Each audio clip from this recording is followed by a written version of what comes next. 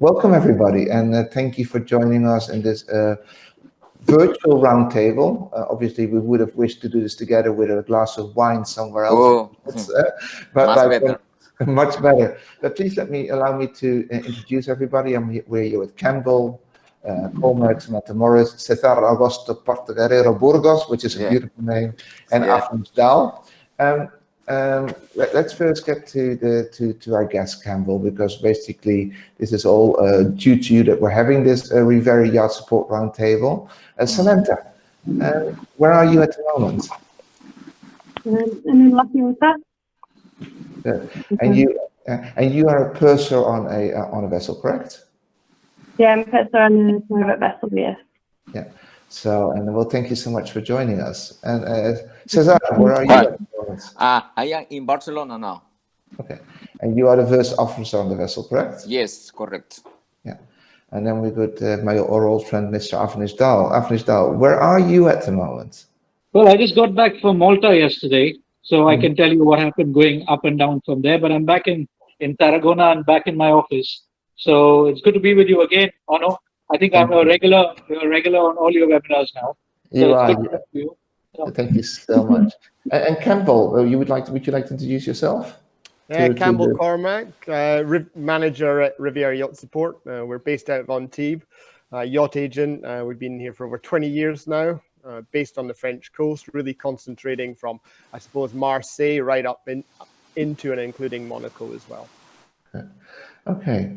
Today, we want to touch base a little bit on COVID, and obviously COVID is a big thing, but the topic is cruising with COVID and how to lessen its effects on guests and crew. I think that's what we want to discuss. And can I start with you, Samantha, to ask, how have the last few months been for you guys, and how have you managed with this whole new situation? It's tough. Some of my colleagues, they've been stuck on board 9 months, 8 months. Myself, I was on board 7.5 months. I just disembarked yesterday. You have to, I would say this contract has been the best contract ever because everybody bonded together because, we needed to, everyone's bonding with their families and stuff at home. And we look out for each other.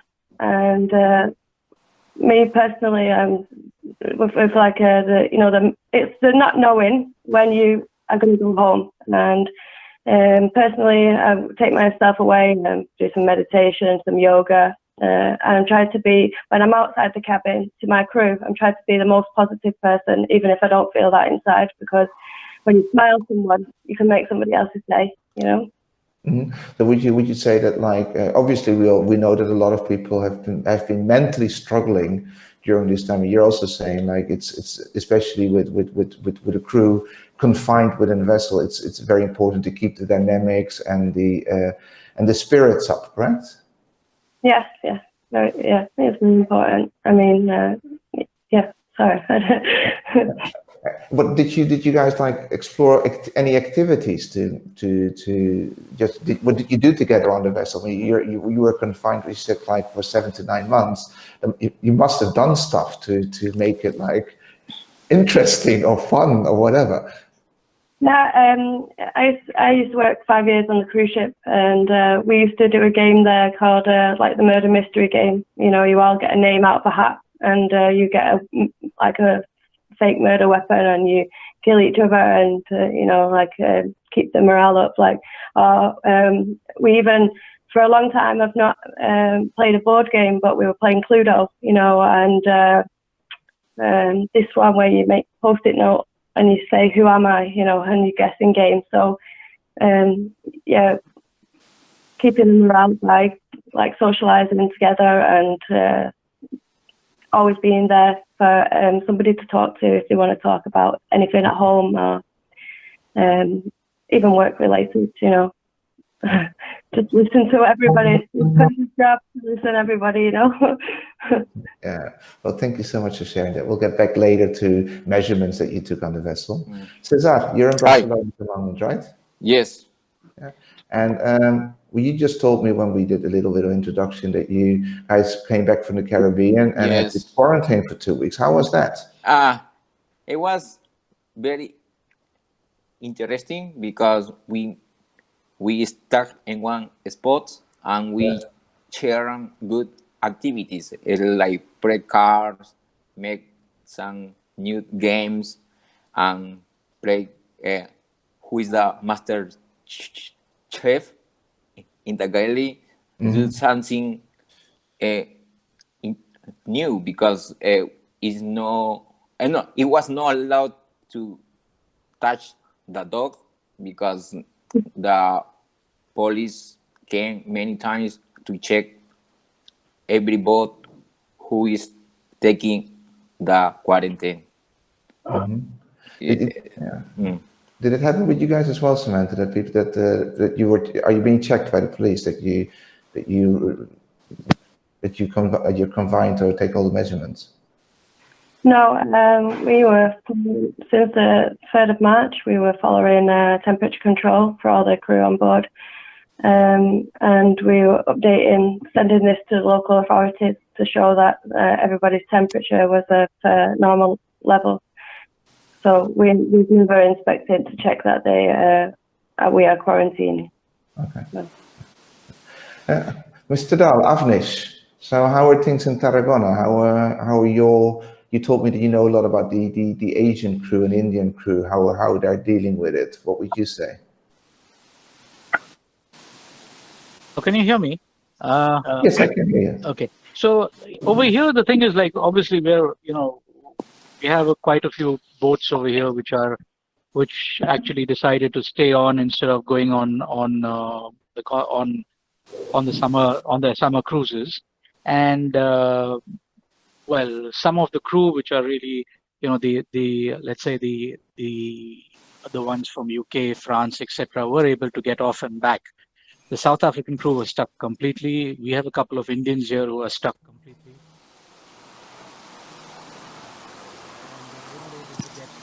No, I lost some sound from you, Avnish.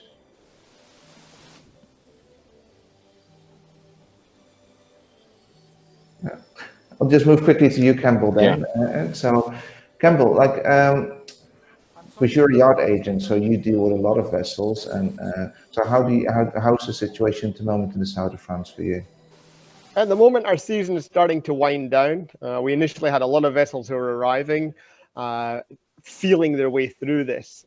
For policies, each boat had different policies, whether driven by the captain, management, owners, PA, as to what procedures they had to go through during the COVID.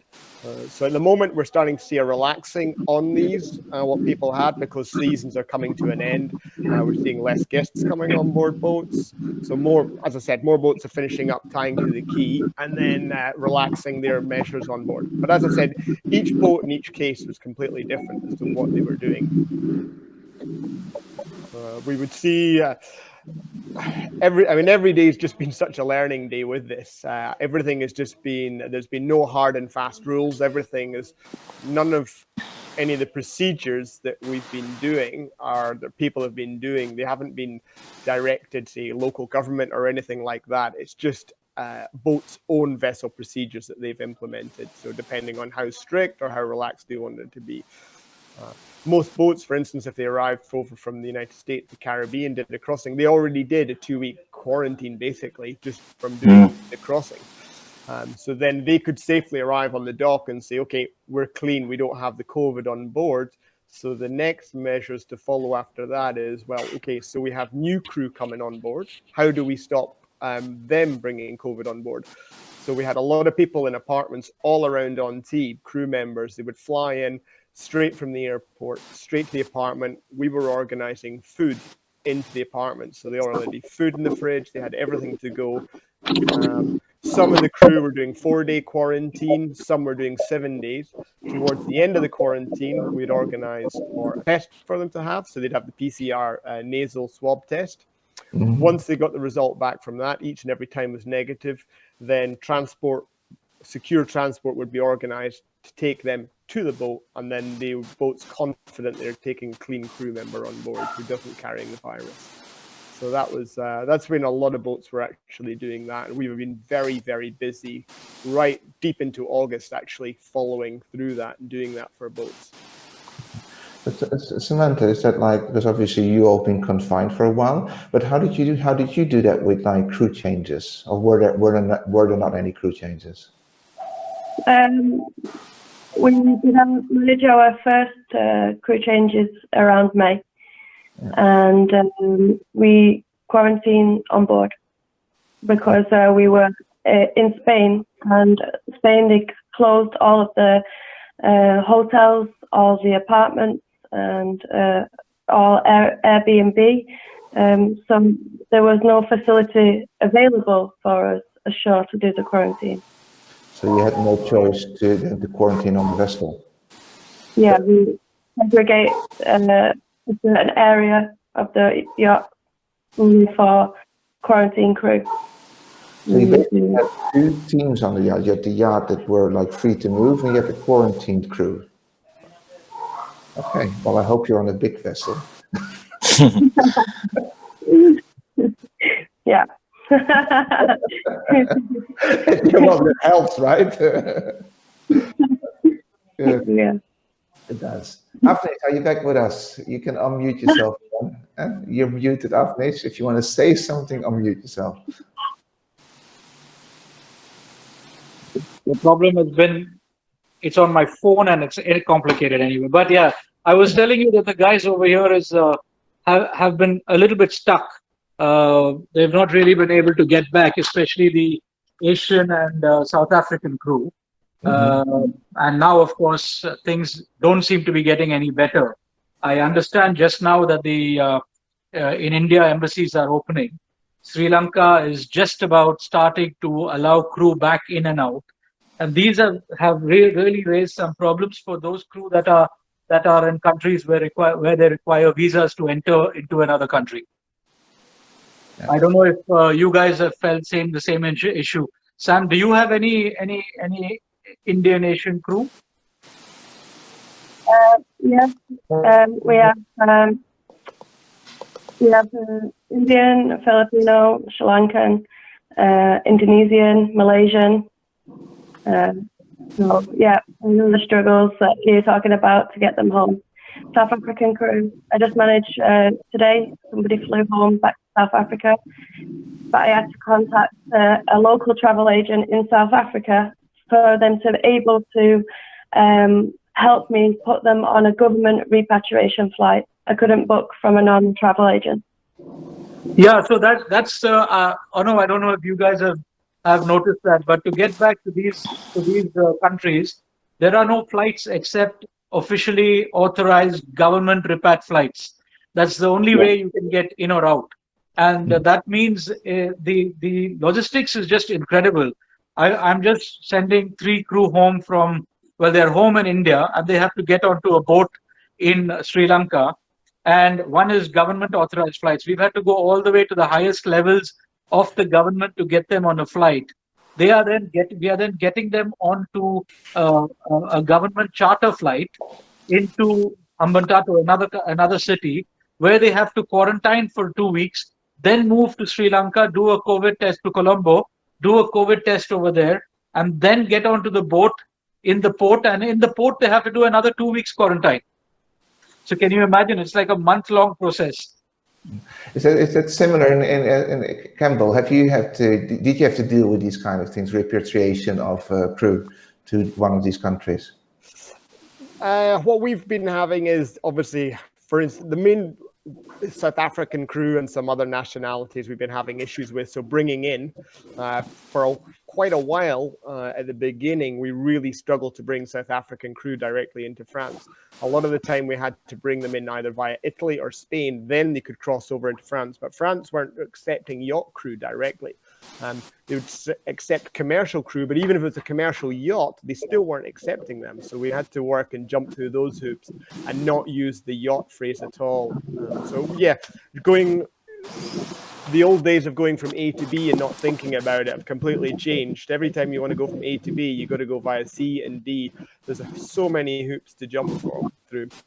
And now what we have is we have, say, for instance, South African Schengen crew, they're on board vessels, South Africans. They finished their season, they've got vacation to take. They're still employed in the vessel. Flying them back to South Africa, the repatriation flight, as you said, Samantha, and they don't want to go back to South Africa either, but they're not allowed to be here in France as a tourist. So they're stuck. They're a rock in a hard place, and they're getting up. Some of the crew member are getting upset. We're hearing the odd people screaming conspiracy theory. I'm not sure if that's because we've been locked up on board for too long, but yeah, there's interesting things happening. Bit of a pressure cooker effect on some boats, I believe. So Cesar, how's that with you guys? Because you guys just arrived. You are probably due for leave, and you probably have a variety of nationalities. Yeah, yeah, we are lucky because we have European crew, so it's so easier to leave them to the houses in Europe. But if you have like foreigner country, but they have issues to get back to their houses, because in Europe was cross the border, it was not allowed to get out if you don't have coronavirus test. Then it was very difficult. Yeah. Yeah, but even in Europe it's difficult if you're UK or German. I think Germany announced just half an hour ago that everybody coming back from the Met has to quarantine for 2 weeks. Yes, they have done quarantine. All the crew have done quarantine on board. After that, they leave the boat, but on vacation. But after that, they're coming back on board. But they say when they arrive in their countries, it was no issue. It was only in Spain, because they have different rules about coronavirus. Okay. So, well, thank you for sharing all this update about like how the crew are doing. I'm happy to hear, Samantha and Cesar, that you are mentally good on the vessels. We've heard worse stories, so I think that's like well done. Good on you guys. Thank you for sharing a bit about the Asian Indian crew, and Campbell, you too. Let's go to like well, guests and owners. I mean, Samantha, have you guys have guests on board? Did you guys have guests on board over the past period? No. Yeah. No, you didn't say that. You did, Samantha? No. So can you tell us a bit more like what kind of measurements that you guys take for the guests? Because obviously I can imagine some guests take it more serious than others. As said, any new crew that we had on board, we did the quarantine, and as Campbell said before, some people were quarantined for 5 days, some people quarantined for 10 days, depends how fast the turnaround of the test was, and if there's a weekend involved, obviously the test results, they don't come on the weekend, they come on Monday. So all the crew that joined before the guests came on board, they were all tested. And the rest of us, like as I said, we've been temperature controlled from the 3rd of March since the lockdown started. And we, all the guests before they came on board the boat, they were also tested.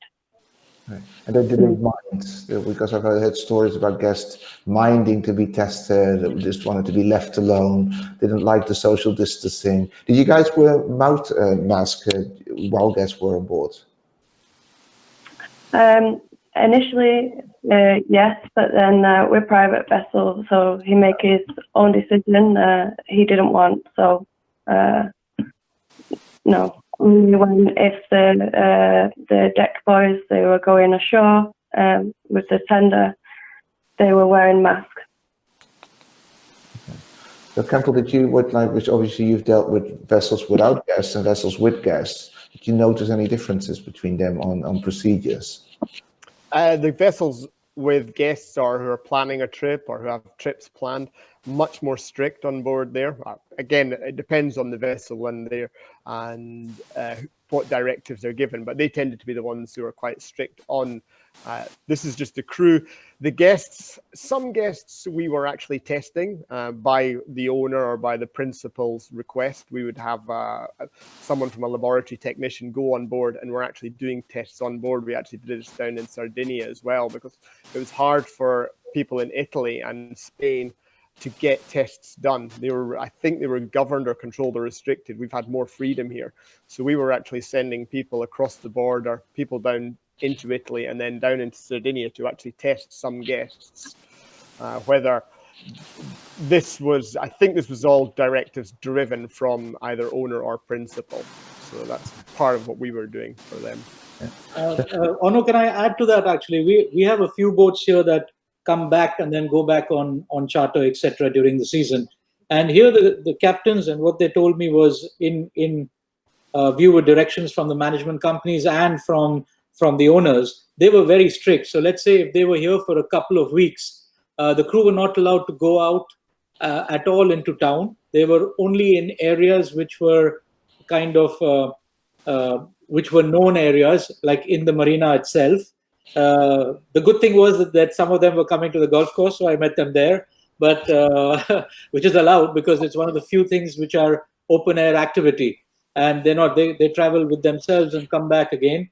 And they were being quite cautious. So even when we have to go on board the boats, it's via prior appointment. Only the particular person who was working with us would be actually meeting us, taking us inside, showing us the work. And when work was planned, we would work in the same way. So there was definitely a lot of the boats which had the possibility of having guests and owners on board during the season have been very careful. Did you guys have testing facilities available in Tarragona, Avnish, if required?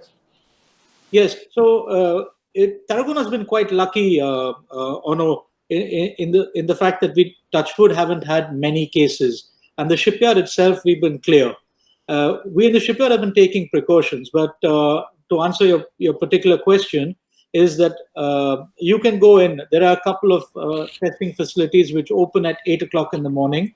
And they do the testing. You have to go without an appointment. And they open from 8 to 11. And they give you your results online by the evening. They say 24 hours, but by the evening. So I flew out for the nasal swab. For the nasal swab, which is what is required most of the time. And it's a paid-for activity. It's not covered by the government. It costs like 120 euros. But unless you're sick, you have to avail of that. So, for example, I flew to Malta for residency renewal purposes just now, last week. And I had to do the test. I went in at 8 o'clock, 15 minutes. I had the results by the evening, so that the next day when I flew, it was okay. So that it's quite organized and quite not a problem over here. We're not really running into any issues if we have to organize it for the crew. Okay. Cesar, are you private? Yes, private boat. Private. So are the owners coming on board anytime soon? Only his son. Okay. Because the owner is very old, he was a little scared. Yeah, well, obviously we all understand that. But and are you going to take, what kind of measurements are you going to take when the owner's son comes on board?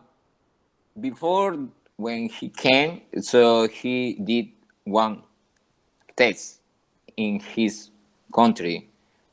Then he came to Spain, so the problem came in the port authority because he said he's not European citizen, he's Canadian. He has to do quarantine again. Then he showed to them the paper. They said, I am free. I don't have any infection to contaminate the crew. But the port authority say you have to stay 5 days in quarantine in another house to wait about if you do get any infections. It was very difficult. I understand. It must be difficult because Yeah. it's like it's tough. Also because we know that owners and guests have their own opinions. Because if the interior girls, if they would have insisted to wear a mask during service because they felt uncomfortable, would have been allowed, or is it you just have to stick to the protocol of what the owner requests? The question, See. Go ahead, No, no. Samantha. no, was not my question. I think you asked. Yeah, I was asking you the question, so don't worry. You go ahead. Yes, Sorry. you go. So, let me ask this question to Samantha first. Thank you. Okay. I believe that they didn't have to wear. So it was already negotiated with the captain to the principal before they came on board, whether we were required to wear our masks or not. So you told me already you're not required to wear, but I can imagine that. But did you need to keep your social distancing? Because with service, it's complicated, right? To keep any distance, etc. Did you change? Did the stewardess change the protocol of service? No, I don't believe. No, I don't think so. As I said, the guests before they came on board, they were tested. So and we've been quarantined. So as I say, I'm sat in the office. So I'm not seeing the actual service on board. I don't believe that they changed protocol. I'm not sure. I would have to check that with the chief stewardess and the executive chef. No need to. I was just curious if they did. I understand. In my office, I can't see the dining room. That's true. That's much understandable. Campbell, do you know anything about this? If they were there, like, because obviously you also do like provisioning, right, Campbell?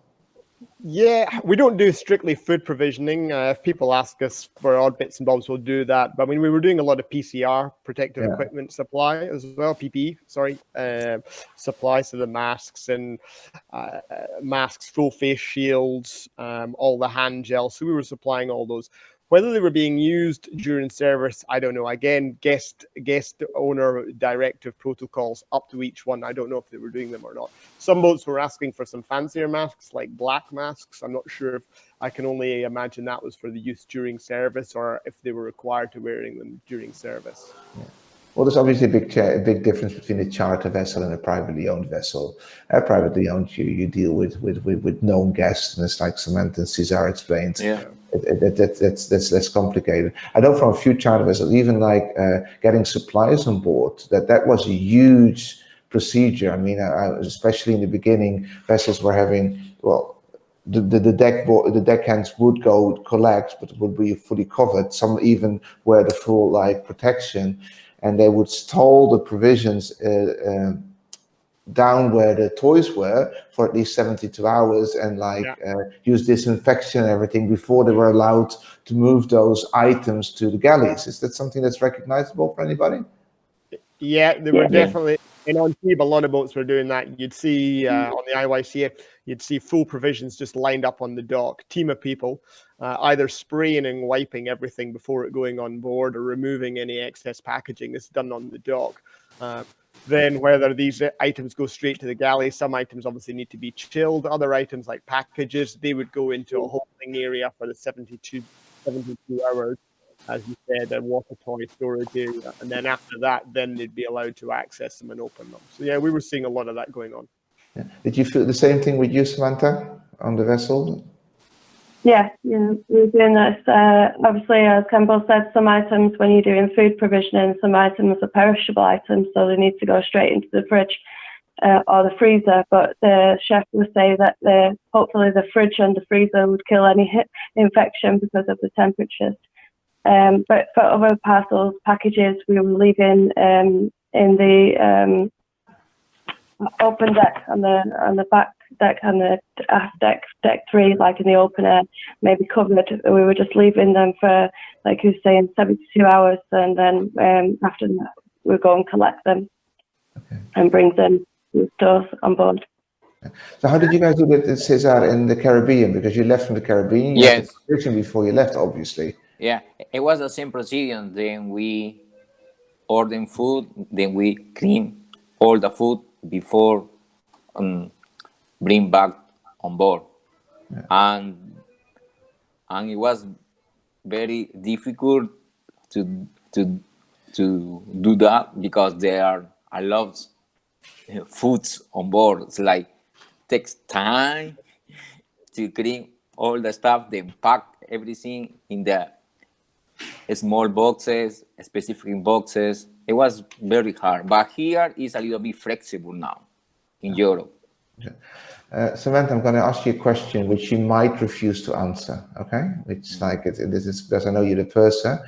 Did you, I mean, you are got an eye on the budget and the numbers. Did you feel that like everything became more expensive or more complicated and that you had to change budgets because of the whole COVID situation, or that even people took advantage of it?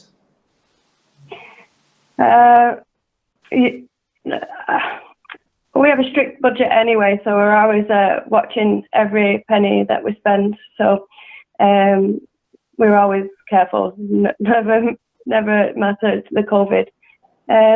But you can see maybe, you know, say like the masks, like now I think the last batch we paid is like €1 per one mask, surgical mask. Mm-hmm. And my Filipino nurse, she will say in the Philippines, you can get this for like 20 cents, yeah? So, and there's, you know, I heard that also like in England, like in Scotland somewhere, there's like a manufacturer of gin. They changed to manufacturing, and a lot of other industries I've noticed, manufacturing sanitization gel. Everybody is selling hand gel, and they're selling this for now a ridiculous price. That's something before we could have got at a reasonable price. I'll add to that. I'll let Campbell say it first, but yeah, we definitely saw some big bills going out to boats just due to COVID. Not in the equipment, that's relatively, compared to a boat's budget, that wasn't too expensive. But for a single crew member for a week in an apartment in Antibes, then you might have one boat may have 4 or 5 apartments week after week after week. The transportation of the crew members rather than using a crew car, then combining that with the tests, there were some quite big bills went out for that whole process to boats that would not normally ever have had. So I put some numbers on this for a couple of boats. 40% increase in flights and repatriation is what I found. 15 to 20% increase in total crew costs, not including the flights. 10% increase in straight provisioning, at least, because and including the delivery, etc. So, in my opinion, the budgeting over all the various things has gone up to almost like 10-15% of your total budget for this summer of the boats. That's the numbers I put for the boats that I help out with, let's say. Wow, that's significant. Cesar, did you recognize any of this? Are your costs going up? Did you notice, because you've been in Barcelona before, that you notice any difference? Yeah, it's a little bit expensive now. They say excuses because it's a coronavirus. They increase the price because they can't get provision. So who pay everything is the boat pay. Yeah. It's always the boat that pays, and I think Samantha knows that you're like experts. They always try to get it from the boat, right, Samantha? Sorry? I said they always try to get it from the boat. It's all the last in line of the whole process. Yeah, I mean, of course, like if the chefs and the chief stewardess, they can go shopping in the supermarket, they can get a lot more for their money. If we're relying on provisioner, which we have to during the lockdown and stuff, that you're not going to get as much quantity as you could do if you're shopping by yourself. And sometimes frustration they find the head chef and the chief stew is that sometimes you ask for this item and they don't have, so they replace with something different, but it's not, you know, the one that they've given different is not workable for us on board, so we're asking to send it back. You know, rather if you don't have it, don't send it, and we'll shop that somewhere else. We'll buy it from somewhere else. Yeah. If you don't ask for it, you ask for what you need, and you don't ask for any replacement. You got very like. But I hope you ate well over that period, because the chefs had to improvise, obviously, as well a bit for the crew. Yes. Good.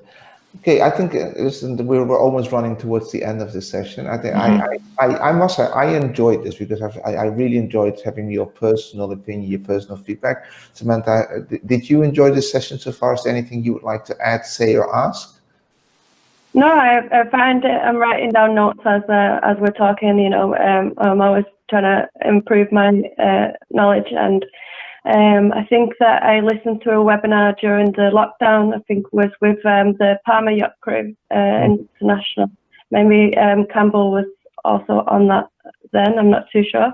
But I've been watching the webinar as well. I've been in the lockdown so that I can improve also my own personal knowledge. And I really appreciate the opportunity to be invited for this, and would like, even though I'm going on vacation now, I would like the opportunity, if you do some more in the next coming months, I will also join and listen to the ones that you do with other people. Thank you so much, Nigel. Well, thank you so much for sharing today, because I think you gave some great insight, because obviously you must be a bit larger vessels if they have a purse. So that's like the insight of a private vessel is very valuable, because we deal a lot with charter vessels. We don't always get to know the opinion from people on private vessels. And Cesar, thank you so much for joining. I hope you enjoyed this session as well. Is there anything you would like to add to this? I am happy to chair this meeting. I hope so in the couple of months improve about coronavirus. Then we can go to many places. We all hope that. Yeah. It's fine. Avnish, thank you for joining. Is there anything you would like to add to this? Well, you know, Ono, as usual, thanks for having me around. You know that I'm the world's eternal optimist, but this time around, I think this one is going to stay, and I think we'll have to work out ways to keep ourselves safe, keep the industry safe, keep our families safe when we go home, and somehow still keep positive and find solutions and procedures to make sure that we can carry on and live with this. It's not going to go away. Good. Well, thank you for those nice, kind words. I don't want to believe what you say. Campbell, Campbell, as the host of this session, is this something? Did you get what you wanted to take out of it? Did you share what you wanted to share? And it's really good to hear. Thanks for ACREW for organizing all this. It's really good, actually, and it's good to talk about it, because really is sharing of information is a big help and moving forward. And I think moving forward as well with this is because we're learning so much about it, operations, how to get around things. And it also shows the tenacity of our industry as well, the fact that we had a season. Lots of other industries collapsed under it in tourism. Yes, we had vastly reduced numbers, but we also had a lot of boats being used, people keen to use them. And then the crew, the captains, the management, the agents who actually facilitated it and made people's seasons happen against all odds, because every single day was new hoops to jump through. As I said, going from A to B wasn't possible. You had to go through C and D. So trying to really find solutions to all these problems. It's been good. It's been a challenge. It's been an interesting season. We've made better connections with the local authorities during this. People like the Police aux Frontières, the Douane, the people who are in charge of the health, and local health. That's also been better connections for us. So moving forward, I think in some ways the industry might have benefited from it as well. Well, I want to say kudos to everybody working in our industry, because there's one thing that we know about industry: we always make the best out of it. There's no no's, right? There's always a solution. And I think, like in this session, I also heard there's always a solution, whether it's a crew-facing solution for the crew dynamics, the mental, well, whether it's financially, whether it's logistics, whether it's procedures, we always come to a solution. I think it's the last one that ACREW is going to organize on COVID, because I don't want to release AFNIs. So, so we're going to do more sessions like these, and hopefully we can invite you there, but also about fun stuff, like things that have to do with our daily business, like we do a lot of our workshops and webinars. And we hope that sometime soon we'll be doing them physical again, so that we can see each other, and maybe at first at distance, but at some point we can have that glass of wine, which you very much deserve for making your time available today. Thank you so much. Okay. Thank you. Well, thanks to all. Everyone take care. Have a good winter. Cheers, Ono. Thank you. Cheers, everybody.